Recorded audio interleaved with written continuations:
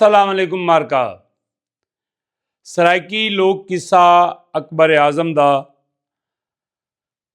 अकबर आज़म ने ख्वाब डिठा कि रात दा टाइम है, उनकी तली दे उत्ते एक बहुत बड़ी प्लेट है, उंदे उत्ते सुरख पोश है यानी चादर है, दरम्यान च लट्टू चलदा खड़ा है। एक साइड तो प्लेट कटीच कटीच के डलियां बन के जमीन च गर्क थींदी वेंदी है, एक पासों प्लेट वधदी वेंदी है, न प्लेट मुकदी है ते न डलियां मुकदियां। अकबर बादशाह ने एक ख्वाब डिठा। सवेरे सवेरे जेड़े वेले कचारी लगी ते अपने वजीरों मुशीरां को सद्या, आखे भी आओ ते मेरे ख्वाब की ताबीर दसो। उन्हें आके भी ख्वाब घर को सदो। जेड़े वेले ख्वाब घर सदीच आया, आखे ये ख्वाब है, एक प्लेट है जिंदे दरम्यान लट्टू चलदा खड़ा है, एक पासों कपीच कपीच के जमीन ते ढांदी पई है, बाए पासों प्लेट वधदी वेंदी है, उत्ते सुरख पोश है, ख्वाब दी ताबीर दसा। आके सही ख्वाब बड़ा मुश्किल है, मैं को थोड़ा जिहा टाइम दो। उन्हें आके महीना या के नहीं, अखीर जी एक साल का टाइम मिल गया। उस वेले राजस्थान जड़ा है ना, हिंदुस्तान का सूबा, उत्थों दे लोग जड़े वड्डे ख्वाबगर हैं। इं कह भी वहना उठाई वन के कई ख्वाबगर कोलों एक ख्वाब की ताबीर पूछसा, वला वापस वतन ते वाला सा। ये टुरन लगा तो इंदी शहर के बाहरों एक सिकली घर नाल मुलाकात थी गई। पुछो कित्था वेंदा पे? उहाँ के राजस्थान में पिया। उहाँ के चलो सबब किस्मत नाल बन गए, कट्ठे लगे जुलते हैं। सफ़र का टोटा जिहड़ा है तिखा गुजर वैसी। सफ़र करेंदियां ने मारका अगू आवन देखें तो क्या देखें, एक टीटकां दी वाड़ी है, उनके एक कन्नी दे उत्ते एक झोंपड़ी पाती खड़ी है, जिहदे विच एक बजुर्ग बैठे। सलाम अलैकुम। वालेकुम सलाम। पानी पीसूं, पानी पिलाया, टीटो खवाया। ई हुण जेड़ा ख्वाबगर हाई, ई बुढ़ड़े दे उत्ते त्रै सवाल कीते मरका। पहला सवाल आई कि बई दूर दी आई या नेड़े दी आई। दूजा सवाल कीता सी कि दू लत्तां ते हैं या त्रै लत्तां ते हैं। तीजा सवाल कीता सी कि बई फसल अगेतरी ही भी या फसल पिछेतरी ही। बुढ़ड़े ने आख्या कि भी मेरी दूर दी कोनी, नजदीक दी है। दूजे सवाल का बुढ़े जवाब दिता है कि मैं दू त्या त्रै लत्तां ते कोना। तीजा हूँ आख्या कि बई मेरी पिछेतरी है फसल। सलाम करके टुर पे। सिकली घर ने पूछा, आखे यारा क्या राज न्याज दियां गाली हैं, क्या पूछे? आखे पहले मैं पूछा है कि दूर दी है या नज़दीक दी है, तो आखे दूर दी कोनी, नज़दीक दी है, मतलब मेरी दी दूर दी खट है, नज़दीक दी ठीक है। मैं पूछा है भी दू जंगा ते हैं या त्रै जंगा ते हैं, तो आखे कि मैं अपनी दू जंगा ते आम, मैं सोटी कोनी चाहिए। तीजा मैं पूछा है कि फसल जेठी है या पिछेतरी है, तो आखे पिछेतरी है। आखे औलाद मेरी पिछेतरी है, जेठी नहीं। सिकली गारी बड़ा हैरान थिया कि यार वाकई राज न्याज दी गालियां। वहदे वगदे अगू एक बंदा बीज खड़ा छटेंदा मारका। इहदे कोलों ही बंदे ने पूछा ख्वाबगर ने कि बई बीज साबित है या खादा होया छटेंदा बदे। ऊँ को आखे अकल का इलाज कर, खादा होया बीज ही करें जमा। आखे तू भी अपना जरा सोच। मेरे पूछण का मकसद यह हा कि उधार ते गिन के छटेंदा पे या अपना जाती बीज ही भी। ये कुछ समझ आ गई कि बंदा कोई दानिश्वर है। यहाँ के आज उलदे हैं मेरे घर, टुकोर खाने हैं, तो मेरा मेज़मान थी, सवेरे वाला सफ़र जारी रखें। यहाँ के ठीक है। جڑے ویلے گھر دے بوہے تے گیا نا ایوں اندے کول پوچھا بے تیرے گھر وچ کون کون رہندا ہے؟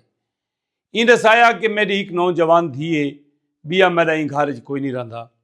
ہوا کہ وت ایک گال سن، گھر ونجن تو پہلے دروازہ کھڑکایا کر۔ او کو کاوڑ لگ گئی اون زمیندار کو، ہوا کہ ایسا غیرت مند لوگ ہیں تیسا کو بغیرت سمجھے کہ یا ساریاں دھیاں جڑیاں بد کردار ہیں کہ اساں دروازہ کھڑکاؤں۔ این کوئی سل چاہ کے ماری، این خواب گر نے بڑی اوکھی اوکھی جان بچائی کہ اللہ دے گھر وچ آ کے پناہ کے دس۔ این دروازے کو لات ماری، دروازہ بننا گیا، اندر آیا تو این دی دھی دھاندی پئی آئی۔ این حقل لیتی ہوا کہ بابا دروازے تے روک کے پوچھے ہاں چاہ، میں دھاندی پئی آمی تے میرا لباس ہی مکمل کونی۔ اے بڑا شرمندہ تھیا، پچھتے والا آیا، این دے گال دماغ دے وچ گھمن لگ گئی کہ ہنے وہ بیجدہ آکھا سی، وہی بڑی سیانی گال آئی، یہ گال ہی بڑی سیانی آئی، میں زیادتی کر بیٹھا ہن کے کروں۔ سوچو بچارج کھڑا آئی، این دی دھی آ گئی ہوں کہ بابا کیوں پریشان ہے؟ یہ سارا قصہ کر سنایا۔ وہاں کہ ایمیں کر، او کو وانی کے گول ان دے کول معافی مانگ، او کو منا گنا۔ اے گلیندہ گیا تو مسجد وچ نماز کھڑا پڑھتا ہا، این انتظار کیتا، اون نماز مکائی۔ این معافی منگی، یا کہ میں معافی منگنا، آ میرے گھر جل۔ وہاں کہ کوئی نہ، آج رات میں اللہ دے گھر دا مہمان ہاں۔ وہاں کہ بات تیرے واسطے میں کھانا بنائی پیاں۔ وہاں کہ میرا کھانا اتھائیں پٹھنے میں، کال ڈیہی کو میں تیرے گھر آسا۔ یہ زمیندار واپس آیا، این آ کے اپنی دھی کو دسا۔ این دی دھی نے بہترین کھانا پکایا، بوٹیاں دا ڈونگا بھرا، شورا اتو تار کیتا، 14 روٹیاں دیتیاں مارکا۔ این نوکر کو سدا، یہاں کہ اور نوکر آ گیا۔ وہاں کے گال سن، میری گال او کو لازمی دسیں۔ وہاں کی کیڑی؟ او کو آکھیں چاند کو 14ویں، تارے بے شمار تے دریا تار۔ چاند کو 14ویں، تارے بے شمار تے دریا تار۔ یہ روٹی چاہ کے نوکر جلے آیا، ان دی نیت خراب تھی گئی، بے روٹیاں ڈھیرن، بوٹیاں ڈھیرن، شورا ڈھیرے۔ مہمان کو کیا پتا جو بھی کیشے پکیے تے کتنی پکیے۔ این راج بے کے 7 روٹیاں ہی کھا دیاں چاہ، بوٹیاں ہی کھا دیاں چاہ، کچھ شورے پی گیا۔ مارکا این وانج کرانگی، او کو ٹکر دیتا تے اپنی ملکہ دا سنیحہ دیتا کہ میری ملکہ آدھی پئی آئی کہ چاند کو 14ویں، تارے بے شمار تے دریا تار۔ وہ کہ اپنی باش آزادی کو بن کے آکھیں کہ چاند کو 7ویں، تارا کوئی تے دریا جھاگ۔ ٹھیک ہے جی، نوکر برتن چاہتے والا یا گھر آ کرانگی باش آزادی کو برتن دیتے۔ او کو آکھوس کہ میں تیرا سنیہ دیتے، اون بھی ایک سنیہ دیتے۔ وہاں کہ اون کیا آکھے؟ وہاں کہ اون آکھے کہ بھئی چاند کو 7ویں، تارا کوئی تے دریا جھاگ۔ اون تا فوراً نوکر کو بچھا کے دینا۔ وہاں کہ ایمان دسا کہ روٹی نال تائیں کیا کیتا ہے؟ وہاں کہ جی میں کچھ نہیں کیتا، خیر انجے ویلے سختی کیتی ہے، اون سارا حال کر سنائے بھی روٹیاں ڈھیرن، بھاجی بونہائی۔ میں کہ نوکر کو کیا پتہ لگ سی مہمان کو، چلو میں ہی کھاواں چا بکھا ودام۔ تریمت اوندے تے مطمئن تھی گئی۔ سویرے ڈی تھیا، اون پیو کو سدا۔ وہاں کہ بابا گال سن، سارے راجستان دے وچ اکھیں ڈٹھا ور پرنیچن دا رواج ہے۔ وہاں کہ جیا بیٹا ہے۔ وہاں کہ میں پرنیساں تے ایہیں بندے نال پرنیساں، نہ میں او کو ڈٹھے، نہ میں کو پتہ ہے وہ جوان ہے، نہ میں کو پتہ ہے وہ بڑھڑے، پرنیساں تے ایہیں نال پرنیساں۔ وہاں کہ بیٹا او پکی عمر دا بندے، وہاں کہ کوئی مسئلہ نہیں۔ میں جی میں دانا ہاں، او ایمی آلی کار دانا ہے۔ اللہ سا کو اولاد چلیتی تو دنیا جہان دیا خبراں انہوں کو پوچھائے۔ مارکا سویرے نہیں تھیا، مزمان گھر آیا، زمیندار نے اپنی دھی دی آفر دیتی، انہاں دا رشتہ تھی گیا، نکاح تھی گیا، یہ اتھے ہی رہن پہ گئے۔ بہت دیر اتھائیں رہ گئے، وزیر کو خواب بھول گیا مارکا۔ ایک ریاڑے وزیر نے پچھو تے تیاری چکی تھی، اپنے ملک تے ون کے دیکھاں کہ ملک کیویں وسدا پہ۔ مارکا آوے دیکھے تو بادشاہ دا تخت لگا پہ، نالو ٹپ گیا، اپنی پرانی زال کول گیا تا ڈٹھو اون آکھے کہ کہندی زال نال گدی ودیں، اکھے میں بئی شادی کر آیا، اون ایکو مارکا اپنے گھر وچ نہ رہن دیتا۔ آخر وزیر آئی، اندے بے بھی گھر ہن، اپنے بے گھر دے وچ شفٹ تھیا۔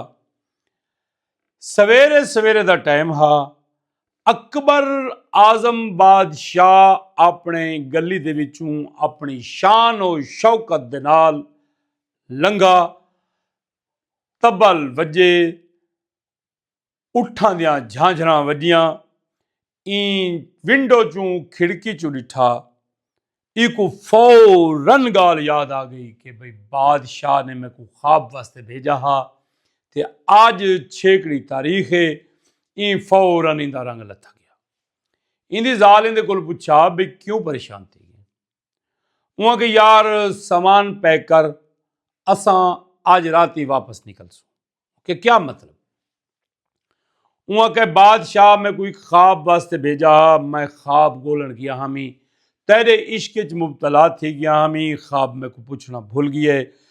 آج دے دین دے وچ اگر میں خواب بادشاہ کو تعبیر نہ دسی تو او میں کو کروا دے سی قتل، تو لہذا میری زندگی دی اچھے کی دیہاڑے۔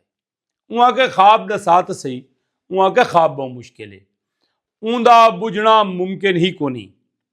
وہاں کے پہلی گال ہے کہ میں کو اگر پتہ ہوندا کہ تو خواب ودا پوچھ دیں تو میں کدیں تیرے نال نہ پرنی چاہا، میں تا تے کوئی دانشور سمجھا۔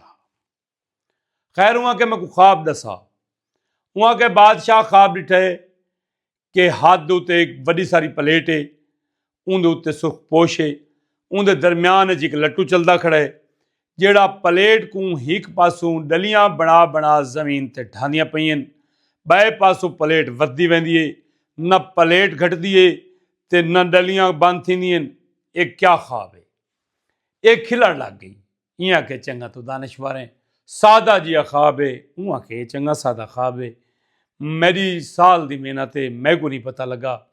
وہاں کے وان بادشاہ کو دسا جیڑی پلیٹ ہے او تیری زمین ہے، جیڑا سرخ پوش ہے او آسمان ہے، یہ جیڑا لٹو گھومدا کھڑا ہے اے موسماں دی ہیر پھیر ہے، اور جیڑے پاسوں پلیٹ کٹیچ کٹیچ کے ڈلیاں ڈھاندیاں پئیں تے زمین غائب تھی ویندیاں او دنیا مردی پئی ہے، جیڑے پاسوں پلیٹ ودی ویندی ہے اون پاسوں لوگاں دے بال جمدے پے۔